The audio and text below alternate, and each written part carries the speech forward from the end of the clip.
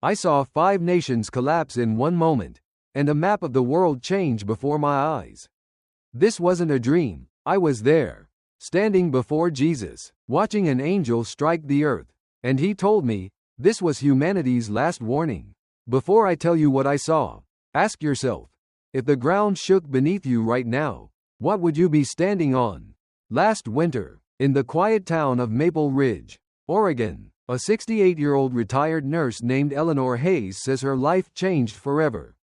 She claims she died for several minutes, stood in the presence of Jesus Christ, and was shown a vision so vivid it still wakes her in the middle of the night. Eleanor is not a person you'd call dramatic. Her friends describe her as practical, measured, and steady. She's the type who still bakes cookies for the church potluck, measures flour by the cup, and insists on handwritten thank you notes. But that day, everything ordinary in her life was replaced by something extraordinary. It started on a Friday afternoon. Around 3:15 p.m. Eleanor had just finished folding laundry when an overwhelming heaviness settled in her chest. No sharp pain, just a suffocating fatigue, as if the oxygen had been drained from the room. She sat down in her favorite recliner, a faded green one by the window, and the world began to blur. I didn't even have time to call for help, she later told me. One moment I was looking at the maple trees in my yard, and the next, I wasn't there anymore. Eleanor recalls floating above her own body, confused at first, then drawn toward a light, not blinding, but warm, steady, and inviting. She describes it like stepping into the late afternoon sun after days of gray skies. And then, there he was, Jesus, not as a painting or stained glass figure, but real, present, his gaze holding both authority and compassion. Without moving his lips, she heard his voice inside her, Eleanor, my daughter, I have something to show you, something the world must hear now. In an instant, she says, the scene changed. She was no longer in heaven's light, but high above the earth, looking down on oceans and continents. A massive scroll appeared, shimmering gold, unrolling across the globe. Then an angel in radiant silver armor stepped forward, sword in hand. Without hesitation, the angel struck the earth 5 times, each blow landing in a different place: Rome, Japan, Turkey, the west coast of the United States, and Russia. There were no explosions, no fire, just a deep, silent shudder as if the planet itself gasped. Jesus's voice came again. These are not random disasters. They are awakenings, the last warning before the world is remade. Eleanor says the words carried weight, as if they pressed into her very soul. She knew instantly that whatever she was seeing was more than an event, it was a message. A call to prepare, and a call to return. From her vantage point above the earth, Eleanor could see the 5 places where the angel's sword had struck. Each region rippled as though the very ground were breathing in pain. The first was Rome, where she saw the great square outside a towering cathedral begin to tremble. Marble columns cracked, ancient statues bowed as if in sorrow, and dust rained down like gray snow. Yet it was not chaos for chaos's sake. It felt like a cleansing. Eleanor recalled, like something hidden was being brought to the surface. The vision swept her eastward, over the Pacific, to the lights of Japan. The air there was thick and still, heavy with a silence that felt unnatural. Then a wall of water began to rise far on the horizon, not roaring, but steady, deliberate. City lights blinked out block by block as the wave approached, and then the ground shuddered beneath skyscrapers and narrow streets alike. It was as if their entire way of life was being tested. She said, and the things they depended on most were suddenly fragile. Next, she was above Turkey, staring down at rugged mountains that looked as if they had been scarred by centuries. The quake here was fierce, tearing open the ground in a jagged wound.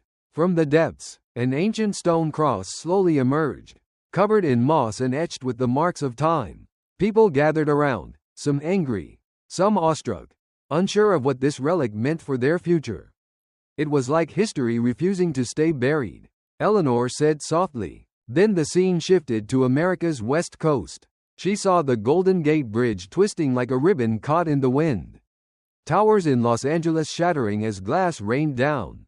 But more unsettling than the destruction was the look on people's faces, not fear, but disbelief, as if the very idea of security had been ripped away.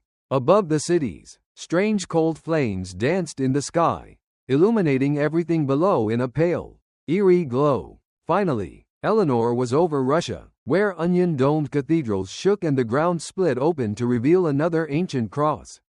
This one, too, drew a crowd, some reaching out to touch it with tears in their eyes, others turning away. Jesus's voice broke the silence. My cross has never left this land.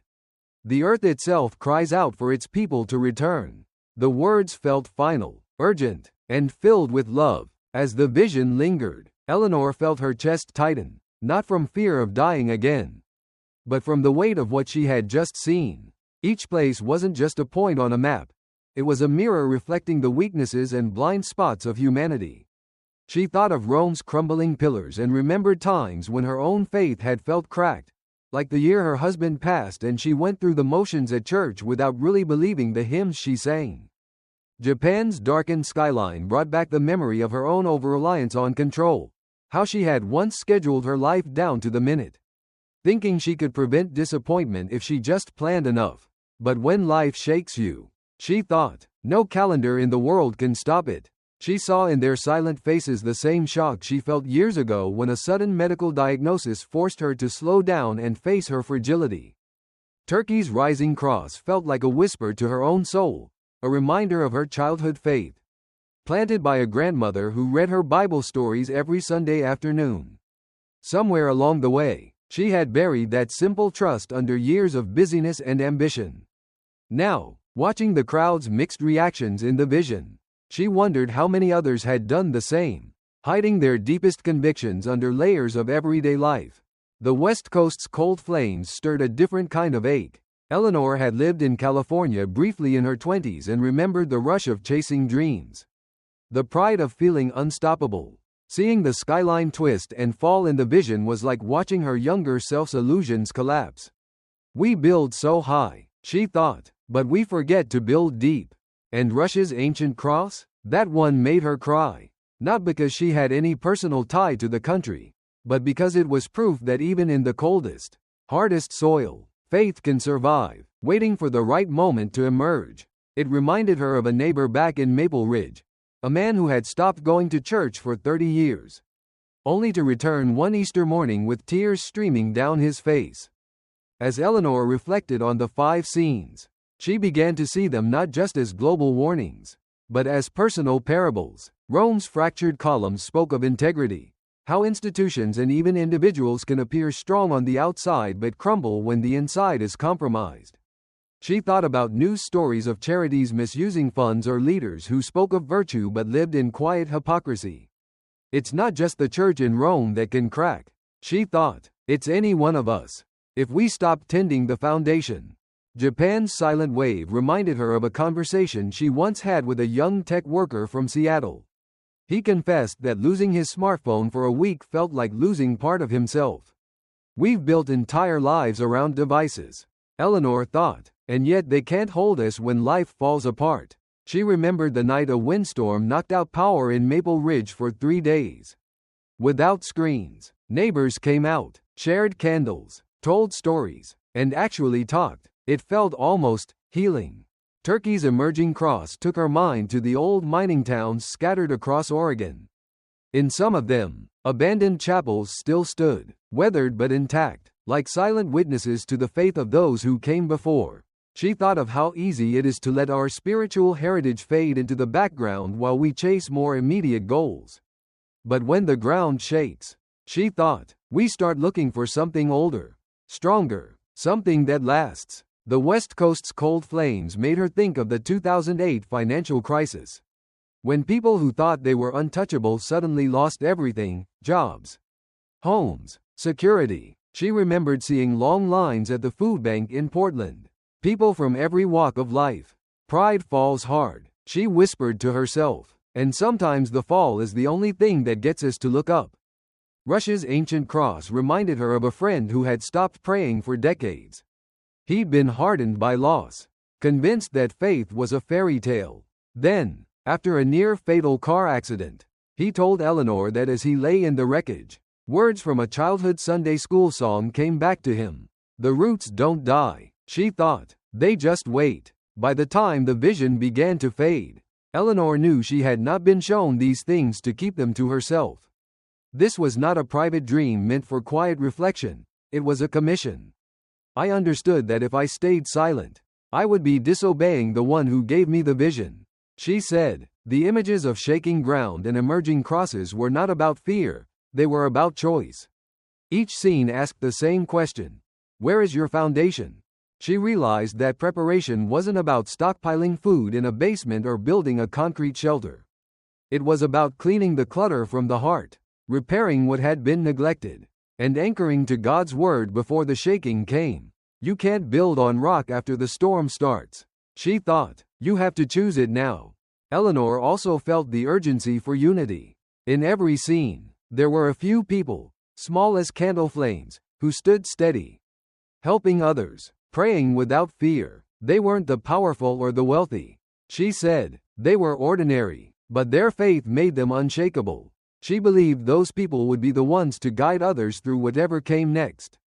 She thought of her own community in Maple Ridge. How many would be ready if life shifted overnight? How many would be caught off guard because their faith was something they visited only on Sundays? Eleanor's voice grew firm when she spoke to her church weeks later. Don't wait for the shaking to decide where you stand. Decide now, while the ground is still steady. For Eleanor, the vision was both a warning and a mercy.